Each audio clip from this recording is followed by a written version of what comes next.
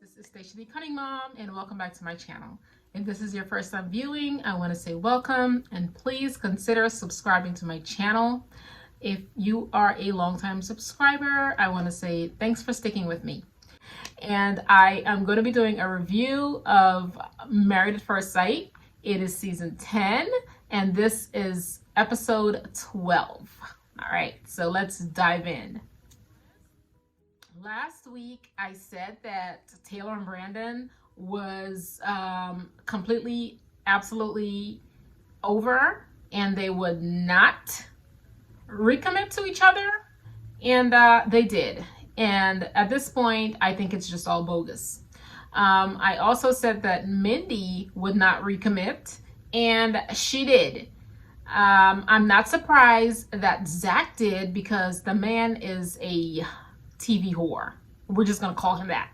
He just wants to be on TV. So they recommitted as well.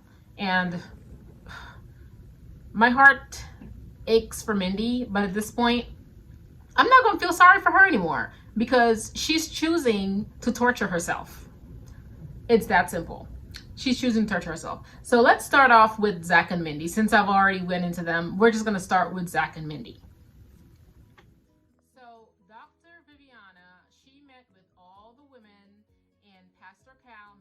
All the men for them to make their decision. And when she met with Mindy, she asked Mindy if she wanted to recommit, and Mindy said that she would be willing to work on the marriage if she thought Zach could change some things, and she have some stipulations in order for her to recommit to the marriage. So Dr. Viviana basically told her that, I mean, this is your life, this is your emotions, and if you're going to recommit to him, then you have to stick to it. And if he does not commit to changing these things, then you have to stand your ground and leave. She's basically telling her that you teach people how to treat you. Mindy has taught Zach that it's okay to do these things to her. It's that plain and simple. She has, in that short period of time, she taught Zach that she will accept certain things from him, and that's what he's giving her. And Mindy said that he would have to spend more time with her outside of filming. So basically, she only sees the man when there's a camera there. When there's a camera there. So he just wants to be on TV. I mean, it's quite clear. Mindy has to know this by now. Like, she's got to know that the man is only here for the cameras. Then why will you continue to torture yourself for the... I don't get it. I don't get it. Anyway, she said that he has to film. He has to spend time with her outside of filming. He has to move in. He has to tell her the thing that she has been lying about, that she has been dishonest about, that he refuses to tell her. He has to tell her what that is. And he has to tell her about the details and the truth about the relationship with Lindsay. So she wants to see the text message and all that good stuff. Or bad stuff, I should say. So those are her stipulations for her to stay committed to this marriage. All right. Now, Zach meets with Pastor Cal, and Pastor Cal was not easy on him at all. And Zach looked Pastor Cal in the face and said that he wants to recommit to the marriage to Mindy. He looked the pastor in the face and lied. Pastor Cal said, "Can you give her a marriage? She doesn't want a friendship. Can you honestly give her a marriage?" Now this fool said yes. He said yes. And Pascal was like, "I don't believe it." Anyway, Zach met with Mindy, and they discussed what each other would like to do as far as recommitment. And Zach said that he said, yeah, he wanted to be recommitted. And Mindy said that she had some stipulations in order for her to be recommitted. He said that he would tell her what the secret is. We still don't know what that is. He said that he would spend more time with her outside of filming, because he also said that in order for them to move forward, they need to spend more time together. He agrees that they have not been spending more time together. They have not been spending a lot of time together, and that's all his fault. Okay? All his fault. Anyway, he agreed to spend more time with her. And he said that he deleted the text messages. Now, Zach deleted the text messages and Lindsay deleted text messages. Now, did they agree to delete those text messages so there would be no evidence? I think so. I think so. And Mindy also thinks so. In terms of moving in, he said that he would bring a backpack over and spend some nights, and then gave some bogus excuse about he's only home. He comes home really late and he's only home for like a couple hours, like he's not even in his house that much. So if that's the case, then you would have no problem moving in with Mindy, right? Like, what is the difference with going to your apartment or coming to the house that your wife lives in? What is the difference? Zach ended up bringing some clothes over. He brought a backpack over and put some stuff in the drawer, and you can tell it was killing him just doing that. And then that night, when they were going to bed, he told her that he was gonna go sleep in the other room. Honestly, my heart just dropped for her, because I'm like, if I was her, I would just end it. Honestly, I would just end it. Don't give this man so much power over you. Don't you've given him too much power. You don't know him, okay? You don't give anybody that much power over you, especially some stranger that's coming in just to use you. Don't, girl. Taylor and Brandon. Now, this one shocked me more than anything else. I wasn't surprised that Zach said yes. I was surprised that Mindy said yes. Now, I thought both Taylor and Brandon were gonna end it. So I'm just completely and utterly surprised by this one. So it seems as if Brandon initially said it's over. He initially said, no, it's over. And Pastor Cal talked him into saying yes. He started saying that I have seen relationships bounce back from this. Like, it's not that bad. I think you guys are both hung up on being right, and you're not able to move past an issue, one problem that you have. You guys have not been able to just move past it. And this is all true. It is all true. And we have seen some really bad relationships actually bounce back. In the case of Taylor and Brandon, I just don't see how it would work. I don't. Because personality wise, okay, let's put it this way. Social media is a big thing. Right now, we are in an age of social distancing, okay? And people who are very social, like Taylor, in order for her to be happy, she's gonna need to be social with other people. Now, her outlet is social media, Instagram, Facebook, whatever. That is her outlet, and that is her happy place. Clearly, Brandon's happy place is to not share anything, right? So I really don't understand how these two personalities can coexist. I don't get it. I do not get it. Brandon said that he needs to see a difference in Taylor. She needs to stop all the partying. I mean, I didn't see Taylor do a lot of partying. Taylor said that she doesn't really do a lot of partying. She just go out and hang with her friends a little. So, social, antisocial. Here we go. She probably is not partying. Brandon just see her going out with friends and think she's partying. All right. Taylor also told Dr. Viviana that she needs to see some change in Brandon as well. Dr. Viviana told her the decision is hers. It's up to you whether you want to be committed or not. And she asked her if she wanted to recommit, and Taylor said that she would recommit if Brandon said that he wanted to give it a shot, give the relationship a shot, and try to work it out. It's as if she doesn't want to say that she wants to be with him, and he say he doesn't want to be with her. right? That's how it came across. Like, she'll only say she wants to try to make it work if he says he wants to try to make it work. I mean, that's what I got from that. Now, Katie and Derek, let's talk about them. They threw me for a loop this week with Katie complaining about Derek being too much of a dreamer. He has too many dreams. I was so confused by Katie this week.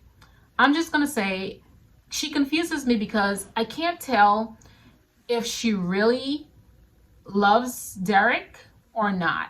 She is so obsessed with him falling in love with her, but has she even fallen in love with him? How can you be so hung up on someone saying I love you, falling in love with you, and you're not even there yet?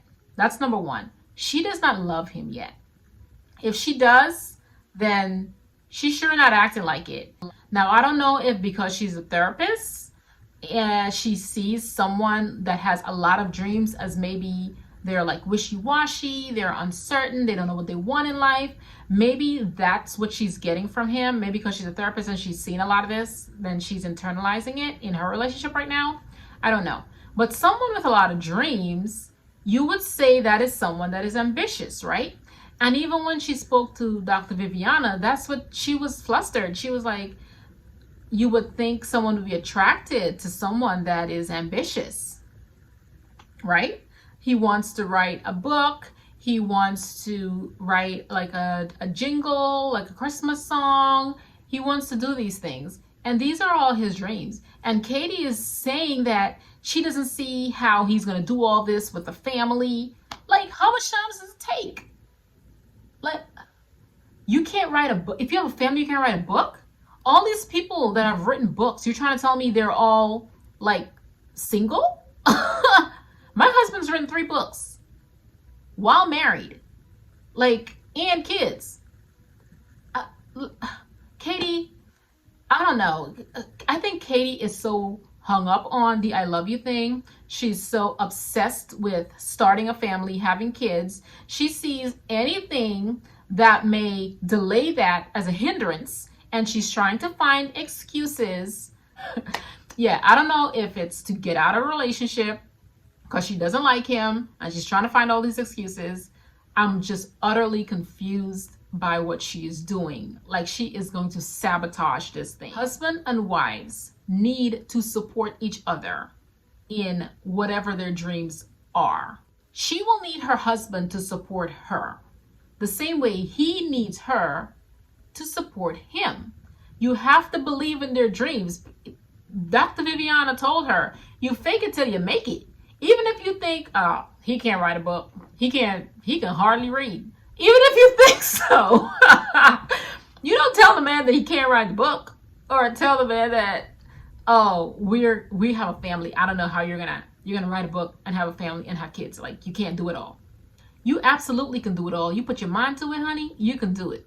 Now, when Derek met with Pastor Cal, Derek said he's concerned because she's not supportive of his dreams. He told Pastor Cal that that's his concern. He was like, everything was going good, and then like yesterday we had this huge argument about my dreams, and it's the biggest one we've had so far, and it really concerns me because I need someone that is supportive. And Pastor Cal says that he believes it is necessary for spouses to support each other's dream. He also told Derek that your wife is your priority and make her feel like she's a priority, because I think Pastor Cal already knows where all this is coming from with Katie. I think he already knows where it's stemming from. So he's like, just make her feel special, make her feel important. Don't make her feel like these things are above her. I mean, you have to prioritize your life. Your family is important, and you make sure that their needs are met, and all the additional accolades, like all that stuff it's all great. It's all great, but family is what's more important. And I don't know if Katie feels like that's not where Derek is. So it seems like that's what she needed, because when they met and they talked about their decision to stay committed, she said she really wants to. I forgot to say that. So Derek said that he put her on his insurance. So he's committed. And Katie said, she told Dr. Viviana, she said that I really, really want to. Like, okay. When she said that, I felt it. I felt it. I felt like maybe she was in love with him. That's the thing with Katie. She confuses me because it's like one time you feel like she's all in, and then it's another time it's like she's not. So it makes you wonder what she's hearing from whom, right? It makes you wonder who's in her ear, because how can you go from one extreme to the next? Like when she was yelling at him and closed the door, and that was like, I don't want you type of that was like, I don't want to deal with you type of behavior. It just didn't make any sense to me. So I do think they'll stay together. I do. I stand by that. They will stay together. Now we're going to move on to Meka and Michael. Michael met with Pastor Cal, and Michael said that he wanted to recommit to Meka. Michael said that in order for him to stay married, he would need to see some changes in her being more vulnerable and being emotionally available to him. Pastor Cal asked him if he's always the one to initiate the emotional stuff, and he said, yes, he is. So then Pastor Cal was like, are you being honest with me? He was like, yeah. So, I mean, it's kind of sad when you have this rep as being dishonest, because now it's like something as simple as that, like people just don't believe you. So Pastor Cal told him in order for the marriage to work, he needs to be honest with his wife. All right. So when Meka met with Dr. Viviana, she said the biggest roadblock for her is Michael's dishonesty. She said there's just so many times and so many situations and instances where Michael is not honest, and it's from the smallest thing to something big. She said she still has not seen like his paycheck. She does not, like, he hasn't shown her like one pay stub or anything. She still does not know what he makes. Like, he's not disclosing any information to her, and she's just like frustrated. So Dr. Viviana was like, and is frustrated Meka who Michael sees all the time? And she said, yeah. And here lies the problem, because frustrated Meka is not a pretty picture. It's not. So Dr. Viviana was telling her that she needs to like tone down, and she needs to soften up some more. Didn't I say this last week? She needs to be a little bit softer, because that's her thing. That's her issue. She needs to soften up some more. Dr. Viviana told her that she needs to be a soft place for her husband to land. She put that so beautifully. So beautifully. So Meka said that she did want to recommit, so she wants to see how far this relationship can go. She wants to see if they can work it out, and if Michael can learn to be honest with her, then she thinks that the relationship could work. So when Meka and Michael met up and they told each other about their decision to recommit, and Meka asked Michael if he has seen a difference in her being more vulnerable, and Michael said not really, and Meka kind of got upset about that. She's like, you don't appreciate that I'm trying, and I am, and here lies the problem. I mean, she's doing the exact same thing. Like, she's getting an attitude. He probably doesn't feel the softness yet. He doesn't feel the emotional connection. He doesn't see a change. Meka, you asked him a question and he answered. So don't get upset by the answer. Just try to do better. Jessica, they both decided that they wanted to recommit. They're like the perfect couple. Okay, they don't have any issues. They said that the only challenge is their bedtime, because Jessica goes to bed early. She's a nurse, so of course she works 12-hour shifts, so she gets up early. And Austin stays up late. So that's their only little challenge. But Dr. Viviana asked her if the difference in bedtime, if it causes any issues with their sex life. And she said, no, there's no problem there. Yeah, so they're perfect. Nothing there. They're going to stay together. So So that's it, guys. I really enjoyed this week's episode. There were a few shockers for me. Taylor and Brandon, biggest shocker there. Mindy and Zach, yeah, that was a shocker for me too. And I was even surprised by Katie, her behavior. So I'm still flustered by that. I need to see what happens next week, how that relationship evolves. Okay, so I want to hear from you guys though. Can you leave some comments below? Let me know what you think about this week's episode. I hope you guys enjoyed this review slash recap, because I have to put in my 2 cents in there as well. I hope you guys enjoyed it, and I will see you guys next time. Bye-bye.